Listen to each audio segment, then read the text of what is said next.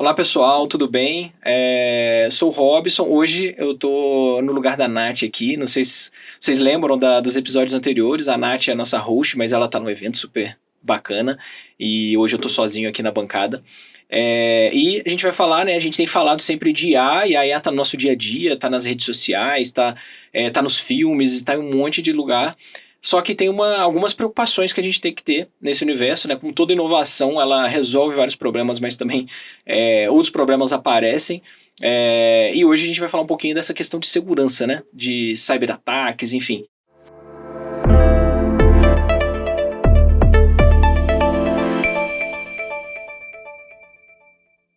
E hoje aqui no IAGente está conosco o Gleicon. Gleicon, gente, só dando um depoimento aqui, Gleicon me ajudou muito na minha carreira.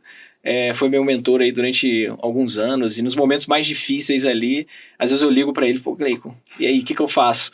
Então, pô, uma honra e um orgulho estar aqui com você. E a gente tá até falando, né, Gleicon, a gente só se conheceu online, né? E hoje é o primeiro dia que a gente está se vendo pessoalmente, então estou muito feliz aqui com a sua presença. Obrigado, Robson. Olha, eu queria agradecer as palavras, né? É verdade, a gente se conheceu no meio da pandemia, naquela loucura de um ajudando o outro, né? Também muito bom conversar com você, sempre bom fazer essa troca. Deixa eu me apresentar direito, né? Eu sou o Gleicon, eu trabalho há uns 25 anos nessa nossa área de tecnologia. Eu sou um homem branco, cabelo curto, com olhos claros. Eu tenho 2 filhos, uma filha e um filho. Uma filha, a Gabriela, de 11 anos, o filho de 4 anos, o Vini, do bem da pandemia, né? E eu trabalhei em empresas bem diversas. Trabalhei na Local Web, no Universo Online, trabalhei depois no Luiza Labs, trabalhei no Nubank e na Gympass. E depois da pandemia, né, a gente falando de tantas coisas que aconteceram, né, na pandemia teve tudo, né? Conhecer gente nova, trabalhei numa empresa global que foi a Gympass, agora o El Hub. Tive um filho no meio, tudo dentro de um apartamentinho lá, tentando fazer. Quando terminou a pandemia, eu saí e comecei a cuidar desse meu negócio de consultoria e mentoria, né? Só que assim, meu timing é muito bom, porque eu fiz isso na saída da pandemia, quando as empresas estavam começando a fazer reorganizações. Então o trabalho foi muito de acompanhar empresas em reestruturações, no entendimento de uma nova organização, né? Isso me ajudou porque eu acabei acumulando papéis de tecnologia como CTO, aprendendo muito sobre produto, sobre dados, que é a minha área de origem, e sobre segurança também. Então eu queria agradecer o convite e bora, vamos falar. Boa. Gente, então assim, a IA tá, igual na introdução eu disse, né, tá muito presente na nossa vida, e a gente sempre fala de produtividade, às vezes até a gente, em alguns episódios, e eu vejo muita gente falando também sobre a parte ética, só que uma coisa que eu vejo pouco se falando é a parte de segurança. E não a segurança da IA em si, mas é o quanto que a IA pode ser usada para cyberataques ou para fraudes, enfim. Queria falar um pouquinho disso, assim, quais são os riscos, o que você tem a dizer um pouco sobre como que tá essas questões de IA sendo usada para fraudes ou para ataques? Eu acho legal a gente discutir o que é a fraude e os ataques que a gente tem, para ter um entendimento de espectro amplo, né? Porque, na minha visão, pelo menos, a inteligência artificial, ela tem sido utilizada como um acelerador, né? Eu acho que a gente tem muitos aspectos positivos, mas como toda ferramenta, a gente estava falando da faca, né, que foi inventada e utilizada para várias coisas, desde machucar as pessoas até cortar o pão, né? Na inteligência artificial, eu vejo que acontece isso. Então, o que acontece de fraude? Que a gente vê desde o meio da... Vamos falar da pandemia, 5 anos, vazamento de dados. Vazamento de dados públicos, dados de empresa. Eu passei por isso, você passou por isso, né? Quem não tem uma história para contar e quem não tem um grupo que ajudou, interno ou externo, né? E a gente vê que muitas vezes a gente é vítima de algum vazamento de dados. Alguém comprou uma base de dados e alguém da nossa empresa ou do nosso convívio foi comprometido. Muitas vezes a gente é vítima de um golpe, alguém ligou, tentou vender alguma coisa, sabia algo da gente que a gente não sabia. Agora a gente está com aplicativos de chat em todo canto e a pessoa conseguiu alcançar, né? Na minha visão, olhando para isso, eu acho que a inteligência artificial é um acelerador. os textos ficam melhores, a escala também. O ataque que antes era quase que artesanal, né? Vou entender o Robson e vou pegar, ele pode ser feito em escala. A gente consegue elaborar texto, consegue elaborar áudio, né? Sem entrar nas viagens de deepfake em tempo real, né? Se o deepfake em tempo real é o topo da pirâmide 10, o item 2 da pirâmide já pega muita gente, né? Vazamentos recentes que fornecem dados para você poder alcançar um número maior, enriquecer bases. Muitas vezes você é um ataque, é um vetor que nem é o principal, está servindo para enriquecer dados, né? Sim.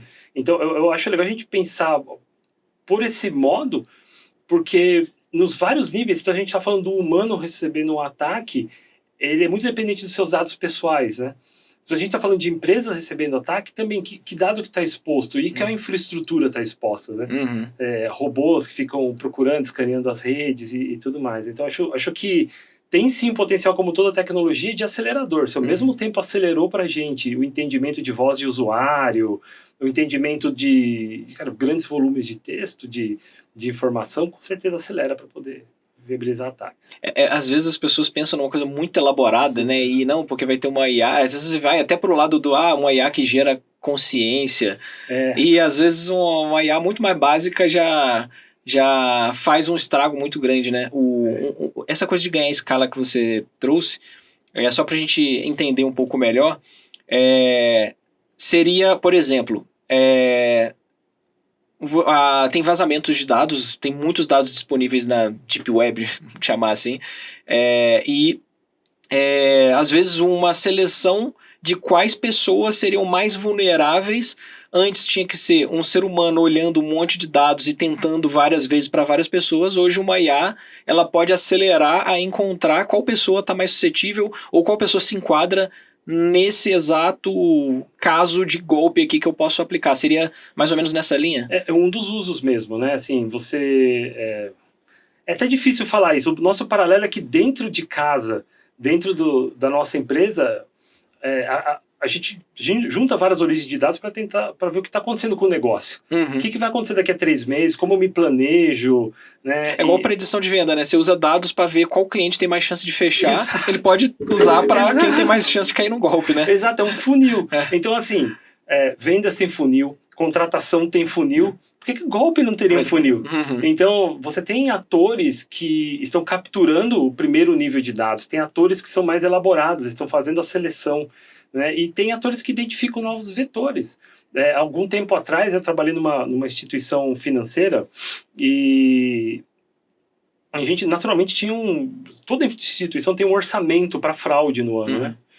E a gente estourou aquele orçamento, a gente viu que estava acontecendo alguma coisa estranha, fomos atrás, fomos investigar o time de segurança, acionamos a Polícia Federal, já tinha uma operação rolando com outras instituições, a Polícia Federal sempre ativa, o Ministério Público também, e foi descoberta uma quadrilha no norte do Brasil que ela vendia kits para fraudar bancos. Então você é do banco que é amarelo, ela te vende um kit, e o kit tem um suporte, e o suporte vai desde te dar o kit você instalar, até eles comprarem uma hospedagem com um cartão falso e instalar para você. Isso era o que eu chamava de artesanal. Hoje você cria automaticamente um e-mail, uma comunicação com a mesma linguagem, com a mesma cor, né? Sites de vendas, acontece isso. Como que você compra alguma coisa, alguém tenta te aplicar um golpe, né? Então, tudo isso tem um elemento em comum no meio. Tanto o legítimo dentro da empresa de você avaliar os dados e tomar decisões, quanto esse externo, que é o humano. Tem um humano com uma capacidade amplificada, que é essa escala, né?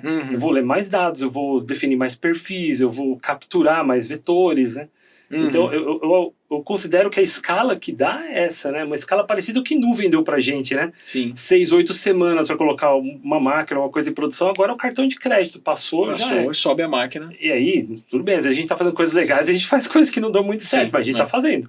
Né? Eu sempre falo que a IA não tem moralidade, né? Tem às vezes quando eu dou uma palestra, alguma coisa sobre IA, eu sempre falo que é igual a... Tem um slide meu que eu sempre coloco ele, que é a Marie Curie, e ela descobriu a radiação. Eu falei, pô, a radiação é usada na medicina, é usada para salvar vidas em tratamentos de câncer e tudo, mas também é usada para fazer bomba atômica. Sim. Então, a tecnologia por si só, ela não tem moralidade, né? Ela é uma ferramenta e ela pode ser usada. Às vezes a gente tem que olhar muito mais para quem está aplicando a IA do que para a IA em si, né? E esse é um problema que eu acho milenar na nossa sociedade, né? Uhum. Se a gente for filosofar e pensar essa questão de moralidade, como as pessoas se comportam, o código que elas se comportam, é um problema não resolvido. Uhum. É um problema, assim, que né, tem milhares de anos. Então, eu acho que a volta disso, do perigo do ataque para a educação e conscientização e também para saber exatamente o que eu estou comprando. Uhum. O que eu estou comprando quando eu uso isso? O que eu estou comprando para me proteger? Ela é muito importante, ela é uma discussão de todos. Essa era uma discussão de nicho. Uhum. Né? Antes a gente ia trabalhar, pode fazer isso, não pode fazer aquilo, você não sabia muito bem. Uhum. Tinha uma autoridade numa torre de marfim, que era regulada, que tinha uma pilha de regras, e essa pessoa dizia o que pode e não pode. Nessa época você já dava o seu jeito, né? Sim. Não pode acessar um site? Cara, então dá um jeitinho aqui, né? Vou trabalhar lá como terceiro numa empresa que é fechada a internet, pô, modezinho 3G, 4G ali antigo na gaveta, que o pessoal acessa para fazer uma busca, tem uso legítimo. Então, enquanto a gente não reconhece que tem esse gap humano, o outro lado ganha escala, porque o outro lado não tem gap humano por causa da moralidade, né? Qual é o gap humano? Pegou a base, bora usar. Ele não tem filtro de nada, não tem vamos ver se isso pode, não, vamos conversar com o advogado, não tem nada galera, disso, vazou esse dado aí, cara, tem investimento, né? Tem o valor de cada um, mas é melhor não usar, hein? Só não vai gostar muito, não. Né? Não tem essa. Cara, esse daí... E, assim, essa questão dos dados, tem muitos dados que vazam, e a gente sempre fala, né? Tem muito fator humano, né? Quase todas os vazamentos. Dificilmente, às vezes, é aquela coisa ultra sofisticada que teve uma vulnerabilidade no sistema operacional que foi explorada. Geralmente, são questões de procedimentos humanos ali. E temos muitos exemplos disso no mercado, né? E, cara, você acha que as empresas estão preparadas para lidar com isso? O que você acha que elas têm que fazer? Eu acho que tem uma revolução acontecendo no perfil das pessoas que trabalham com segurança e com dados. Há 5 ou 10 anos atrás, era muito difícil a gente falar com uma pessoa de dados, ela está falando da origem, da transparência, explicabilidade. Hoje é corrente, é comum, qual é a origem do meu dado e tudo mais. Né? Com as pessoas de segurança também, isso acontecia, era muito mais... elas muito mais indicavam e prescreviam o que era ser usado do que viviam, né? Eu vejo isso mudando. Eu vejo que dentro das empresas, as pessoas desses grupos estão procurando ferramentas de educação. O começo de tudo é educação, né? Pode parecer piegas e antigo, mas é um problema antigo. Como que eu explico para essa pessoa falando, olha, a gente não pode... ouvir tal ferramenta, quero usar essa ferramenta low code, IA, cria aplicativo pra gente. Eu vou falar, não pode porque eu não tenho uma regra. Né? Se eu tiver um pouco de empatia, entender o contexto, eu preciso produzir uma política, uma maneira dessa pessoa usar de forma segura. A gente trabalha em empresa de tecnologia do Brasil, e quando a gente vende para empresas de um certo tamanho, a gente recebe um questionário. Sim. Quem não varou noite respondendo o questionário daqui, falando, gente do céu. Os famosos RFP, né? Que isso quer dizer? Eu não quero mentir, mas eu não quero dizer não para isso. Então, pega uma evidência, se você tem um controle usuário, controle de upgrade do software, a gente tem que sair desse mundo difícil para algo simples que as pessoas possam responder. Você quer copiar toda a nossa lista de cliente, colocar numa ferramenta de chat, que uma outra pessoa de fora daqui vai receber, e aí? Por quê? Né? Porque isso aqui tem que agilizar, tal área não está me atendendo. Então a gente viabilizar as conversas difíceis e a educação, eu acho que é o começo do que impedir. Tem muito avanço, tem muita gente assim, que tem dificuldade de rever um texto longo, né? Por N motivos. Por eu tenho uma dificuldade de ler, que eu começo a ler na diagonal, daqui eu estou trocando letra. Né? E a minha vida inteira eu lutei para poder ter ordem disso, para poder trazer. Então, eu poder ter alguma coisa que sumariza, que me dá highlights, que eu volto no texto, é excelente, não deveria ser algo fora do normal, né? Então, eu acho que sim, a gente quando fala de IA, a gente fala muito dessas interfaces conversacionais, né? E precisa ter clareza para onde o dado vai. Ele não vai para um unicórnio mágico, né? Aquela porta de saída. E do mesmo jeito que a gente vendia clareza para analytics, para equipes de dados, gente, assim, muitos dos vazamentos que a gente ainda vai ver, eles têm a ver com equipes, com times, com pessoas não tão bem atendidas, né? Com discussões difíceis não tão bem executadas. Então, poxa, o que poderia ser? Vamos escolher uma plataforma, trazer alguém para apoiar. Não, é muito caro, eu não posso, não é minha prioridade, eu não gosto disso. Ela vira uma não conversa. Onde tem isso, tem problema. E um pouco, por exemplo, aqui na GUP, a gente dá toda essa proteção, né? Então, sei lá, o candidato, a empresa, todos os dados dele, a gente tem todo um time, a gente aplica as melhores práticas e tudo para blindar. Só que se a pessoa extrai uma planilha e manda por um e-mail descriptografado para qualquer pessoa, cara, não tem, às vezes a falha tá nessa ponta, né? E não é julgando, essa pessoa muitas vezes não faz isso, né? Não entende. Não entende. Às vezes ela tá na pressão ali, precisa bater a meta e a única coisa que ela tem é gerar um relatório para o que tem um fornecedor que promete que aquilo ali vai... Aí ela manda, só que nisso o dado já saiu do controle de toda a blindagem que uma plataforma pode dar, né? Nós vivemos aquela época de supercontratação, né? 2017, 2018, 2019, principalmente 2020, depois do meio da pandemia. Depois a pandemia teve um momento da pandemia ali que o negócio voltou forte, né? E assim, como que a gente se organizava? Um monte de gente entrevistando, um monte de vaga sendo publicado, um monte de candidato dando o seu dado pra gente, né? Que é um dado importante, que a gente tem legislação, a gente tem regulação para isso, né? Sim. Então, todas as experiências que eu tive que a gente fazia isso na mão, com certeza, você começa no básico, trocando o nome das pessoas, marcando entrevista com um e olhando um outro, não lendo o material, não sabendo para onde vai, até você trocar a descrição de cargo.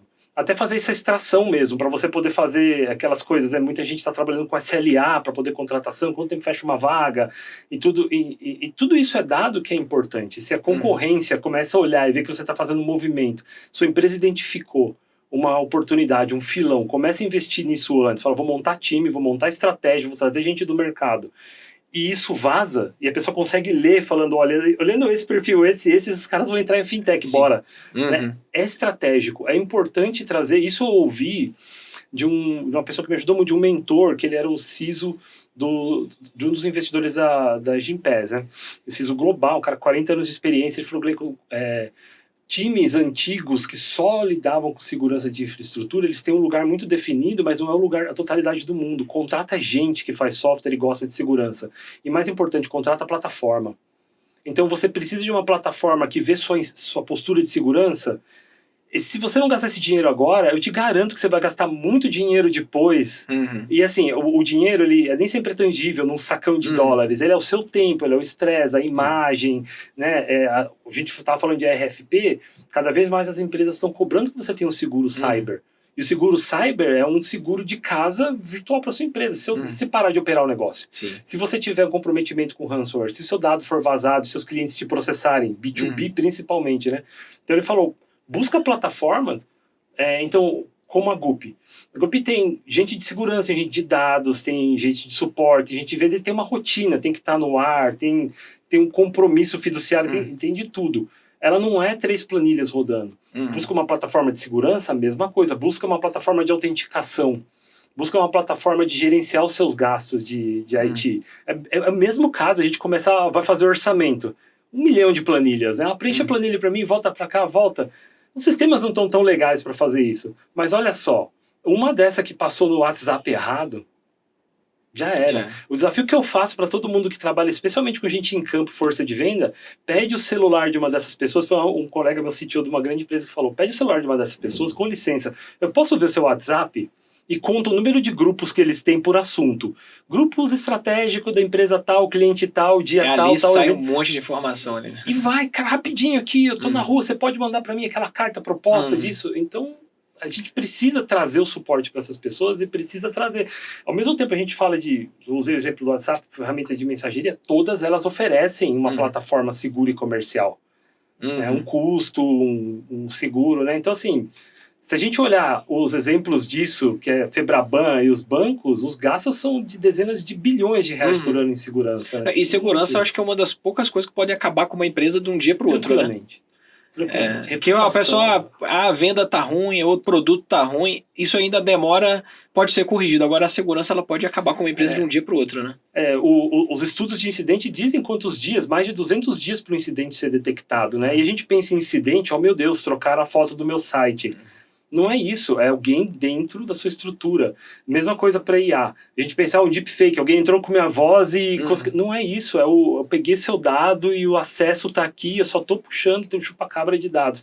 Então, ele pode destruir uma empresa tirando você do ar, ou ele pode te colocar numa situação como uma empresa global que eu trabalhei, de a gente gastar 8 meses fazendo reporte para vários países, todas as autoridades de dados, explicando. Um custo de tempo e dinheiro, né? Para um incidente que, assim, nem adianta, não tem culpado. Olha, foi um descuido, foi uma falta de início, a gente vai para a nuvem. Muitas vezes a gente não vai bem configurado, né? Tem uma série de incidentes de vazamento de dados que é isso, olha, coloquei meu dado num bucket, coloquei num banco de dados, coloquei no Elasticsearch, e, cara, você que criou, eu criei do jeito que dava, né? Então, pensa nisso, nessa demora. O outro lado também, hoje eu vi uma matéria, tem uma plataforma que chama HackerOne. Então a gente tem plataformas interessantes, do mesmo jeito que a gente tem plataforma de teste, por exemplo, eu vou me aplicar para uma vaga aqui na Gump. E você fala, legal, você vai nessa plataforma, preenche aqui, vai nessa, faz um teste. E o nosso teste vai te dizer mais sobre a vaga e vai dizer pra gente algumas coisas como você pensa, né? Tem uma de vulnerabilidade, chama HackerOne. Então essa plataforma, ela tem um programa com as empresas que você entra e paga recompensas. Pô, você achou um problema na minha... Eu prefiro que você me avise, eu te pago uma recompensa e eu resolvo, né? Ultimamente o pessoal está recebendo um caminhão de aplicações que foram tentativa de encontrar vulnerabilidade gerada com inteligência artificial. O curl, né? O seu curl, eu li essa matéria. Eu vi um comentário de um cara muito bom, ele falando, olha, pode ser que foi uma pessoa que está tentando, pode ser que foi uma pessoa inocente, porque você tinha empresas inteiras na Ásia, em países da Ásia, com pessoas dedicadas a fazer isso para ganhar dinheiro. Eles ganham dinheiro, poxa, uma recompensa de $100, dependendo do lugar, é muito dinheiro para eles. Então, eles deixam os sistemas mais seguros, né? Deixa seguro. Aí o pessoal começou a ganhar escala com IA. Essa pessoa falou, ele não acertou essa, porque a IA alucinou, gerou código que não existia no curl. O curl é uma ferramenta de linha de comando na biblioteca para fazer request HTTP, né? Não existia. Mas o cara falou, se ele fez 1000 desses e ele acertou em 2, e o tempo dele não foi 1000 semanas, foram 2 semanas, é de se pensar. Como que as outras pessoas estão fazendo isso? Como elas estão lendo dados e tentando chegar em vulnerabilidades mais rápido? Porque como é automático, né? Se gera 100, só 2 são aproveitadas, como a pessoa não teve que fazer nada, ela só uma IA gerou. Essa do curl, né? Só de falar cansa. Para eu fazer qualquer teste, eu tenho que baixar o código-fonte, eu tenho que compilar na minha máquina, compilar talvez em outra para confirmar, ler o código. Ter uma noção de, isso aqui pode ser um problema porque é novo. Entender que implementou, tentar implementar uma prova, você vai embora. Sim, são semanas, talvez meses, né? Tem pesquisadores que às vezes demoram meses para encontrar uma... Sim. Aí você falou um pouco dessa coisa de gerar coisas com o IA, né? Eu acho que isso tem sido uma questão, né? Por exemplo, testes online estão cada vez mais fáceis de serem burlados, né? por IA. E a gente vê algumas loucuras também, né? Acho que a gente estava conversando um pouco antes da gravação aqui de... IA gera um texto, a IA lê o texto, sumariza o texto, então assim, tá virando uma coisa, e assim, que a gente tem, quais cuidados você indicaria pra gente ter, como assim, pensando até um pouco como sociedade, sabe? Eu acho que isso tá junto daquela coisa milenar de conceito moral, de como você se conduz, né? Porque olha só, vou usar um exemplo, um paralelo. Isso tem um nome, um efeito de quando você começa a utilizar muitos modelos, que chama Model Collapse. Então, isso aparece muito quem está usando Copilot, desenvolvedores, interfaces que ajudam você a desenvolver. Quanto mais você usa, mais ele vai alucinando e tomando decisões que vão longe de onde você queria. Isso é igual quando a gente pegava uma imagem, essa imagem estava em formato tipo JPEG e ficava reencodando. Aí começa a sumir, a coisa começa a ficar estranha. É um efeito em linhas gerais, muito simplificando isso. Então assim, cara, se eu tô com preguiça de escrever um e-mail para você, e eu vou usar, tô com preguiça realmente, falar, vou ter que mandar o e-mail pro Robson, cara... por favor, me escreva um e-mail, tem que falar por favor, porque quando eles dominarem o mundo, a gente não ser o primeiro a ser preso. Por favor, escreva um e-mail pro Robson, sumariza essa tabela, manda isso, manda aquilo, fica lindo, eu mando pra você. Daí você olha e fala, e-mail do Gleico, velho, que cheio lauda. De texto. Bora aqui, ó, resume pra mim aí 2 tópicos que o Gleico queria comigo, ó, tá tudo de boa, pode ir embora. Entendi, esse IA com IA, ele vai perdendo a resolução, né? Então a gente tem que ter uma noção do volume da análise que a gente quer fazer, mas quando interferir. O outro caso que eu tenho, assim... acho que é importantíssimo para a gente, principalmente liderança de tecnologia, de produto, de dados de segurança, aquela confiança que a gente tem no suporte, né? Que suporte que a gente tem para lidar com times médios e grandes. Um desses suportes, times de people, de RH, não é avaliação, né? Então, da mesma maneira que a gente toma um cuidado na contratação, a gente toma um cuidado no desenvolvimento de carreira. É institucional. A Gup faz isso, não é tipo, o Robson acordou hoje, vamos mudar tudo. É uma coisa institucional, tem todo um trabalho, né? E querendo ou não, você avalia algumas dimensões da pessoa. Vai avaliar o Gley com 3 dimensões, com alguns critérios, comparando, fazendo uma calibração. Todo mundo está nesse nível, se comporta dessa maneira, né? Então eu entrei num processo desse e todo mundo chora, né? Aquele choro doído. Meu Deus, ninguém quer fazer, né? Tem que parar, preencher. Você vai ver, a pessoa tem 3, 4, ou tem 12, tem muita coisa para preencher, né? De pessoas que dependem dela, depende desse tempo, né? Então, ok, as plataformas podem melhorar, estão melhorando, os processos podem melhorar, a gente aprendeu muito, né, fazendo isso, mas o que eu vi foi a pessoa, né, o funcionário, eu não aguento mais isso, vou pedir por IA preencher para mim o meu e do meu time. E o outro lado, quem estava lendo também pedindo. Um resumo para IA. Cara, melhor não faz nada, cara. Solta pra IA e fala, vou dar umas fotos do pessoal aqui, ver qual deles que devia ter um aumento aí, que tá pronto para promover. Porque toda a ideia disso é a gente poder ser transparente e cobrir o outro lado. Que é chegar na frente de todo mundo tem isso, num all hands, se tem pergunta anônima ou não, e responder com firmeza. Olha, tem isonomia esse processo, tem isso que a gente faz. E esse é um uso de IA que, se internamente isso está acontecendo, essa pessoa está vulnerável a sofrer um golpe. Sim. Ela não vai pensar 2 vezes de colocar uma coisa que é importante para a carreira, para a vida dela, num lugar que é quase assim um buraco na parede, é uma caixa de texto. Porque quando a gente tem uma interface que fala assim, olha, eu tenho esse chatbot e ele trabalha com IA, esse dado ele sai do chat, ele passa por uma API, ele passa pela nuvem do dono do chat, ele vai para um provedor de IA, porque essa pessoa provavelmente não está rodando local. A gente não está rodando local, nossas máquinas ainda não estão com toda essa capacidade, está melhorando. Tem modelos que rodam local. Então, seu dado está pingando de um lado para o outro. Seu dado, às vezes, cai na mão de uma pessoa que, para não gastar demais ali na API do IA, ela sumariza manualmente e manda, porque a API de IA tem limite de token, de palavras, né? Então, é como você jogar aqui e falar do outro lado. Quanto mais partes ela passa, mais... vou jogar, vai sair arco-íris e unicórnio. E boa sorte com eles depois, né? Sim. A gente até, alguns episódios anteriores aqui, a gente discutiu um pouco, conversou um pouco sobre isso também, de quanto que a gente tem que tomar cuidado também pra gente não atrofiar como seres humanos, né? Tipo, não sei mais escrever porque a IA escreve pra mim, não consigo ler mais um texto complexo porque... eu já vi gente que fala, não, eu jogo pra IA e falo pra ela explicar como se eu tivesse 5 anos de idade. Eu falei, você não tem 5 anos de idade, sua capacidade cognitiva tem que avançar, né, cara? Então eu acho que a gente tem que tomar cuidado, tem que continuar treinando também, né? O programador, acho que na nossa área de desenvolvimento de software, eu acho que a IA tem um potencial de ajudar a gente a escalar e fazer muito mais código do que fazia antes, mas tem que ter alguém ali olhando, né? Ainda a gente vê muitos códigos ruins ainda sendo gerados e as pessoas não só confia, joga e faz um push, né? Se a IA me explicasse alguma coisa como se eu tivesse 5 anos, eu ia comer terra, que era o que eu fazia com 5 anos, né? Come terra, põe coisa suja na boca e tal, não dá. A gente se atrofia mesmo de escrever, e essa parte de código, ela é importante, ela é legal. Eu tenho, nos últimos 4 meses, eu fiz alguns experimentos. Desde o ano passado, eu senti que as pessoas falavam para os times, vocês têm que usar Copilot, tem que usar isso, aquilo, qualquer marca que você queira.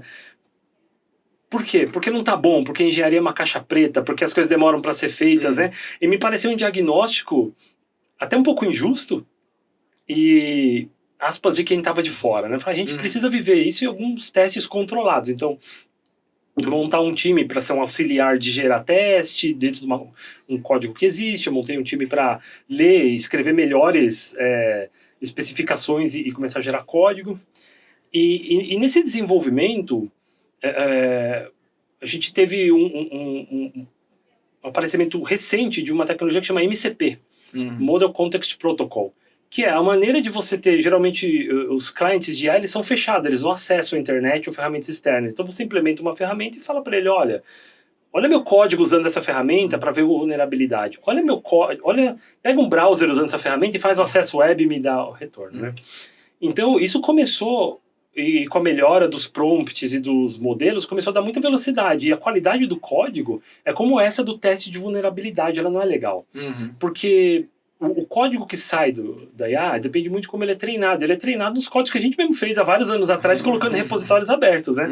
Então, muitas vezes você herda alguns comentários ou os nomes de funções. Agora, o mais difícil para mim, que é como assim, eu inocente, vou gerar código. E alguém esperto olha aquilo e eu viro um vetor de ataque, é que a IA alucina com o nome de funções em bibliotecas ou pacotes. Então ela começa a alucinar de forma cíclica. É sempre aquele get new resource from não sei o que. Aí você vai rodar, não funciona. Fala, a biblioteca não tem esse método, não tem esse nome. Tem pessoas que fazem isso em escala, copiam esses nomes e criam pacotes fake.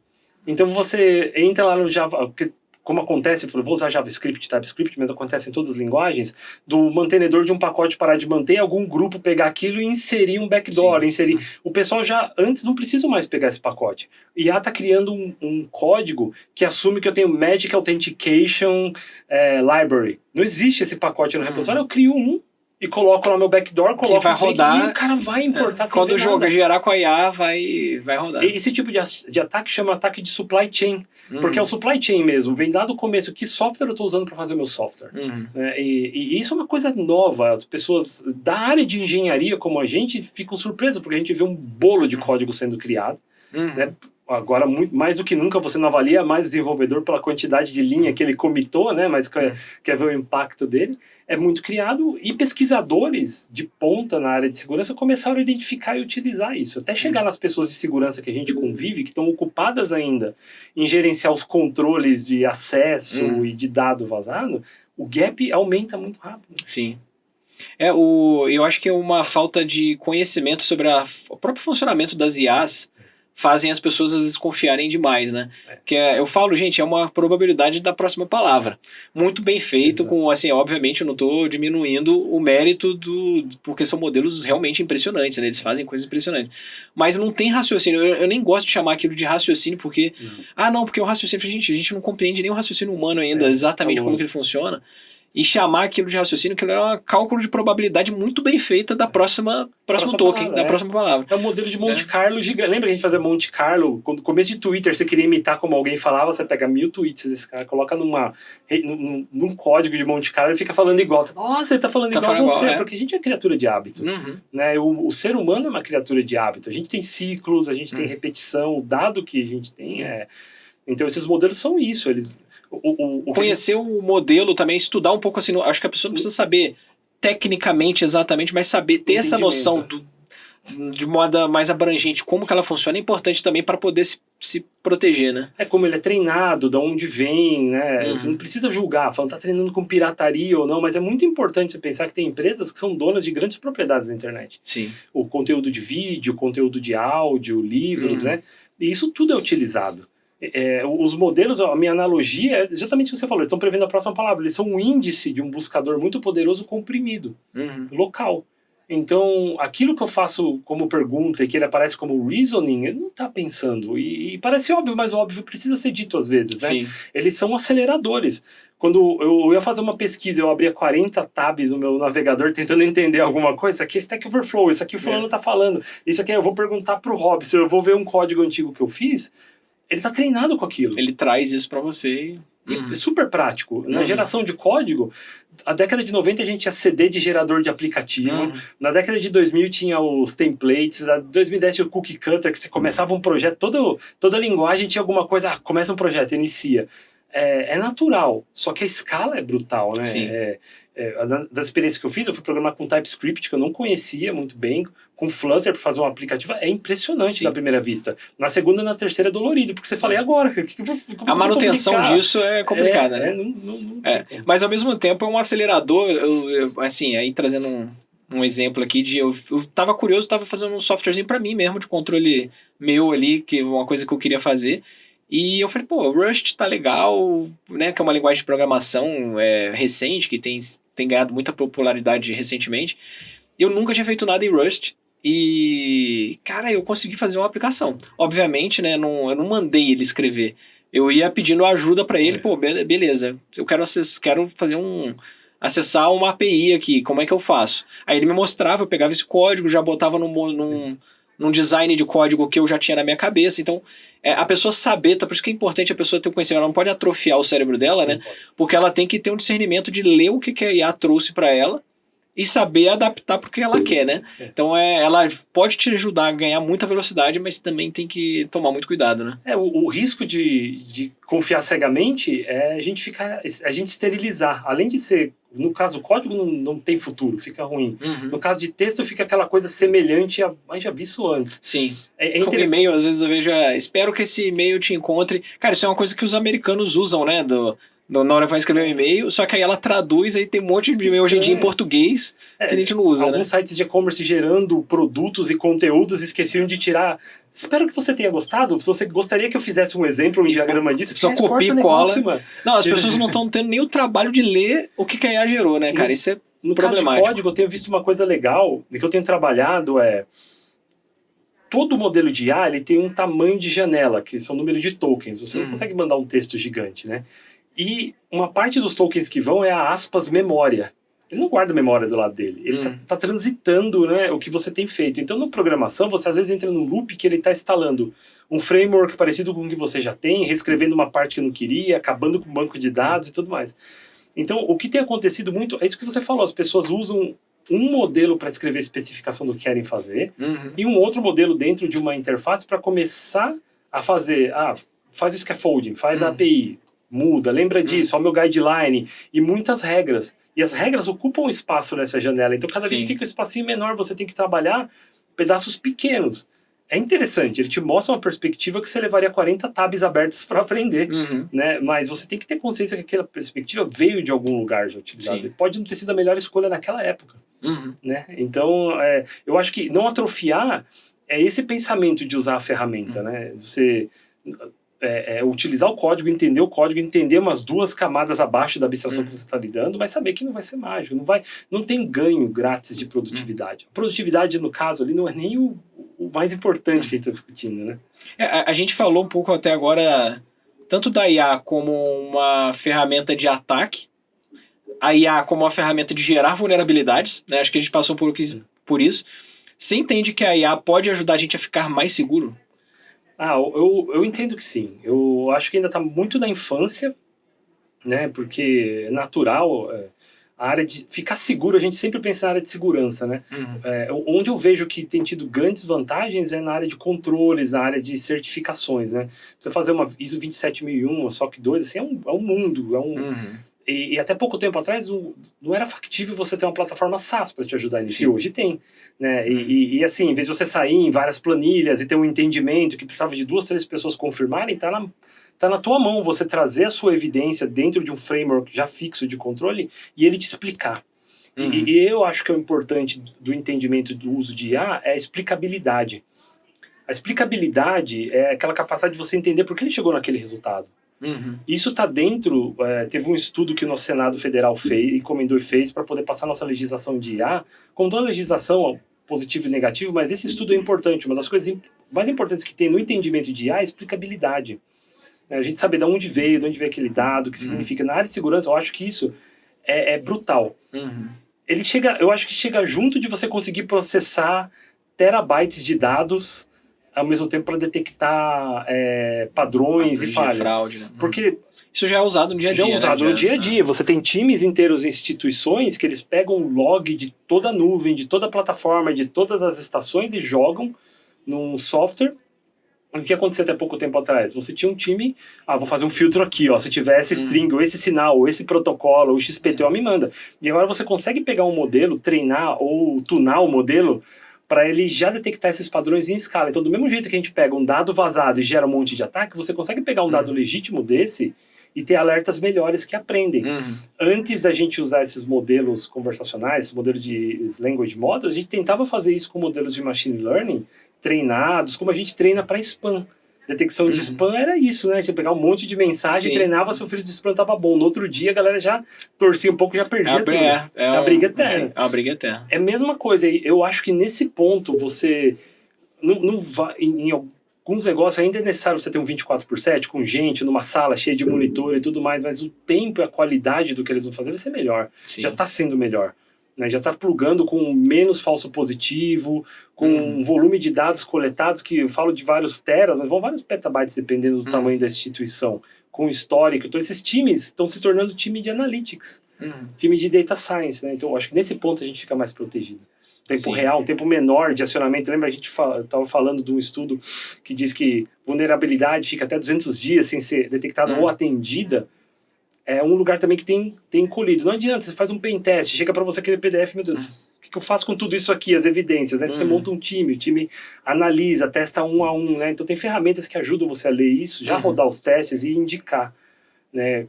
De acordo com a sua estrutura ou infraestrutura, onde você poderia atuar. Sim, e acho que já é muito usado também em sistema financeiro para transação que está fora um pouco do padrão, né? E às vezes é uma IA muito menos sofisticada do que um LLM, né? Às vezes uma estatística básica ali, ela já ajuda a prevenir muita fraude, muita coisa, né? Muita coisa. E eu acho que tem um futuro promissor em biometria. Porque todo mundo está fazendo biometria, às vezes dos 2 ou 3 fabricantes, né? E a gente cansa de ver matéria do cara colocando um boneco ali com uma foto ampliada. Você entende, né? Pra tipo burlar a biometria. Porque onde vaza dado, vaza foto também, né? Os bancão ali, olha, tem o CPF, o nome da pessoa, a última foto dela. Então você consegue reproduzir isso. Tem software que detecta, mas muitas vezes você vê que é rudimentar. Então eu acho que nesse mundo de você conseguir construir uma identidade digital, que ela não vai além da foto, que ela vai no padrão de uso, do que o que está fazendo sentido, o que não faz e outros mecanismos, eu também acho que é bem promissor. E acho que um pouco do que a gente falou, né? A IA, ela não tem, a gente falou ela sendo usada para ataque, ela sendo usada como uma forma de a gente gerar novas vulnerabilidades e da gente se proteger também, né? Então, acho que isso fica claro que a IA por si só, ela não tem moralidade, ela não é ruim ou não é boa, é a aplicação dela que interessa, né? Aí eu queria, agora pra gente caminhar pro final, o nosso público é muito pessoas de tecnologia, mas também de RH, as lideranças de RH ali que tem esse interesse em tecnologia que está ficando cada vez mais comum, todo mundo está se interessando por essa área, né? Quais dicas você daria para essas pessoas internamente começarem a trabalhar dentro das empresas e até individualmente mesmo, ela com os dados pessoais? Quais dicas você dá para essas pessoas se protegerem? Olha, eu acho que tecnologia, tá claro, o pessoal faz treinamento, acompanha, vai testando, eu acho que isso vale para todo mundo. Testa, usa, né? Toma cuidado com seus dados pessoais. A gente tem o comitê gestor aqui no Brasil, eles publicam muito material sobre proteção e cartilha. Agora, tem um passo atrás, eu acho que times de RH, times de people, o nome que tem, eles são arquitetos organizacionais. Né? Parece que as coisas que eu estou querendo vender alguma coisa, eu não tenho nada para vender disso, mas eu acho que tem uma visão de dentro da organização e das suas dinâmicas que ela é muito importante e ela é enterrada dentro de burocracia, né? Ela é enterrada dentro de... eu costumo dizer, o tech lead, ele é a ponta de um funil muito grande de coisas institucionais que chegam para ele executar com um time, só que o time dele é pequeno. O RH, ele é um funil também, que várias coisas institucionais chegam e tem que viabilizar na empresa. Então, eu aconselharia para usar ferramentas e plataformas que tem, que provém IA para tirar a burocracia. Acho que o maior ganho que tem, falando dessa tecnologia de LLM, tem sido, para um país como o Brasil, interpretar documento. Então, eu estava falando com um amigo meu que tem uma startup e eles estavam trabalhando com interpretação de matrícula de imóvel. É um treco super complicado, pode ir de 1 a 60 páginas, né, prontuários, histórico, planejamento. Então, eu aconselharia para essas pessoas olhar nas plataformas que estão utilizando o que eles oferecem e ir além do chatbot ou do suporte. Olhar para os dados, para o analytics, que às vezes ela precisa de ajuda para fazer. Então, a maioria das plataformas está soltando módulos, né? Plataformas de analytics soltam módulos que você escreve, falando, gostaria de ver um atrito desse ano para o ano passado, de pessoas entrando, saindo, o tempo médio que ficou. Vai um pouco mais para esse lado de dados. Tem um entendimento do dado processado para não ter dependência. E para olhar como arquiteto de uma organização, o que está acontecendo? Essas pessoas, elas estão trabalhando, qual é a boa desse mês? É a avaliação. E no próximo, é super escala de contratação. E no próximo, é layoff. E no próximo, cara, tá chegando a época de planejamento, então começa com a gente. Como vai ser headcount? Roda os times, vai cada um para responder. Usa esses aceleradores, essas ferramentas, desde preparar formulário até consolidar dados, isso aí não é trapaça. Pega uma organização média, que dentro de uma área de tecnologia tem 15, 17, 20 times, são 20 líderes, são várias camadas. Como que você desdobra um assunto desse? Como você traz esse assunto, a pessoa te integra dentro de um framework seu? Então escreve mais, melhora o prompt. Não deixa nenhum fio solto. Você vai fazer isso se comportando como uma pessoa que tem experiência de tanto tempo em RH, com recrutamento e com avaliação de pessoas, usando esse framework assim, sabe? Fecha o seu funil, mas não deixa de usar. O que vale de proteção vale para os seus dados pessoais, para o seu ferramenta de chat, para o seu cartão de banco. Não confia, não tem mágica, não tem promessa, ninguém tem como ter uma bola de cristal, ninguém faz o ativo perguntando sua senha, né? Chega lá, me dá sua senha, me dá isso, toma cuidado com o número mágico que chega, não digitem nada, nem prompt, nem caixinha de chat, mas se informa. Nessa área de RH, é uma área que ela depende muito da conexão entre essas burocracias, então cai dentro. E a burocracia é uma coisa meio paradoxal, né? Porque muitas vezes ela é criada para dar uma sensação de segurança, porque vai ter que assinar isso, vai ter que requerer isso. E às vezes o excesso de burocracia faz as pessoas burlarem todo esse processo que era para proteger, né? Igual a gente estava falando aqui, mas para eu ter acesso a esse dado eu vou ter que dar todo esse caminho. Eu vou pegar essa planilha aqui, vou mandar e acabou. Então, realmente, combater a burocracia e usar a IA muito para tentar combater essa burocracia é aquela boa, né? Olha, esse é o formulário para você preencher para pedir isso. Aí a pessoa preenche, você vai tirar fotos, manda pelo WhatsApp, fulano, cara, mesmo porque você me dê esse papel para preencher, para que falar para ele direto, né? Vamos melhorar o canal, né? E tem a noção que todas as plataformas oferecem controles de segurança. Na hora de comprar, pergunta como vai nosso dado, como eu faço uma integração. Times de RH, eles não são, como os times de apoio das empresas não são bem atendidos. Geralmente você não tem uma linha de orçamento muito grande, né? Então você opta por ferramentas integradas, né? Como eu transfiro meu dado, qual é a guarda dos meus dados, como eu posso utilizar isso aqui localmente, que ferramenta que eu tenho, minha empresa usa ferramenta X, será que eu posso utilizar junto? Não tem pergunta boa. Não tem pergunta que é ruim nesse ponto. Boa. A gente tem aqui, todo episódio, a gente faz uma pergunta sobre alguma tecnologia da cultura pop que você gostaria que ainda não existe, que você gostaria que existisse. Qual que você gostaria de que existisse? Eu queria uma que não fosse nem LLM, inteligência artificial, nem 40 tab do Chrome, que fosse igual ao Matrix, sabe? Eu preciso aprender esse negócio rápido, pelo amor de Deus, faz um download. Esse é bom. Aí eu tava lendo sobre isso, e tem uma outra coisa que eu queria que é muito nerd, que chama Matryoshka Brain. Matryoshka são aquelas bonequinhas russas, não sei se estou pronunciando direito. Então o pessoal idealizou que um dia vai ter um cérebro planetário, tamanho de um planeta, que é um monte de computador um dentro do outro, que aí nem aprender você vai precisar. Nesse nível aí a gente vai desejar, as coisas já vão acontecer ali em portais. O download de como luta Kung Fu. Qualquer coisa de entendimento, né? De fazer isso que a gente está fazendo, que é um exercício de exploração, né? Eu acho que uma das coisas que estão evoluindo muito com as interfaces é essa exploração. As pessoas legitimamente vão lá e começam a fazer perguntas e procurar um tema e aprendendo a tomar cuidado com a alucinação. Sim. Aquela coisa que inventou, com a fascinação do tipo, nossa, ele me respondeu isso, era isso que eu esperava, né? E com o colapso dos modelos, de ficar mandando a mesma... Né? Então eu tenho uma dica legal disso. Pega 2 modelos. A resposta de um no outro e depois troca de volta. E tem eu acho que essa coisa do acelerar o aprendizado tem muito potencial mesmo, né? Tem muito potencial. Igual eu tava falando do exemplo da linguagem Rust, mas, sei lá, história, sei lá, qual o momento da história você quer saber um pouquinho, que às vezes você tá lendo um livro, estudando, aí tem é apresentado um conceito que você não conhece, às vezes você não quer virar um especialista naquele conceito. Mas, usar a inteligência artificial para te contextualizar, para você entender melhor o que você está estudando, para mim, eu uso bastante nesse sentido. A gente foi criado lendo na web e abrindo um tab novo, uma janela nova, né? Opa, vou ver isso aqui depois. Opa, vou ver isso aqui depois. Então, voltar aquilo ao contrário dessa coisa importante que você falou, que não é se atrofiar. Eu não quero me atrofiar, eu não quero alguém que faça coisas para mim. Eu tive muita dificuldade com algum tipo de dislexia para escrever, para as pessoas pararem de falar que a minha letra é um garrancho. Minha letra não é bonita até hoje, até quando eu tô tenso, eu escrevo, eu troco palavra. Eu não quero perder isso, eu não quero perder a evolução que eu fiz ali.